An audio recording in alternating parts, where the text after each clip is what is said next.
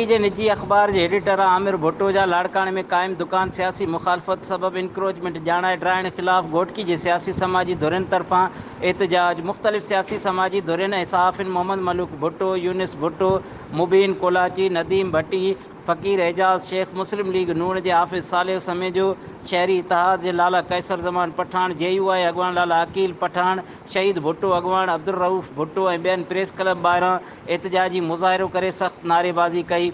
उन मौक़े ते अगवाणनि ॻाल्हाईंदे चयो त निजी अख़बार के एडिटर फ़कीर आमिर भुट्टो जा लाड़काणो में वाक़िअ दुकान हद दाख़िलियूं ॼाणाए ड्राहे पट कया विया आहिनि ऐं आमिर भुट्टो के सियासी इंतकामी कार्रवाई जो निशानो बणायो पियो वञे जेको क़ाबिल क़बूल न हूंदो। आमिर भुट्टो एक कलमधणी आहे ऐं पूरे सिंध जा बाशऊर कलमधणी साणस गॾु आहिनि। उन मौक़े ते अगवाणनि कमिश्नर लाड़काणो, DC लाड़काणो ऐं ॿियनि वस वारनि खे अपील कई त फौरी तौर मामले जो नोटिस वरितो वञे।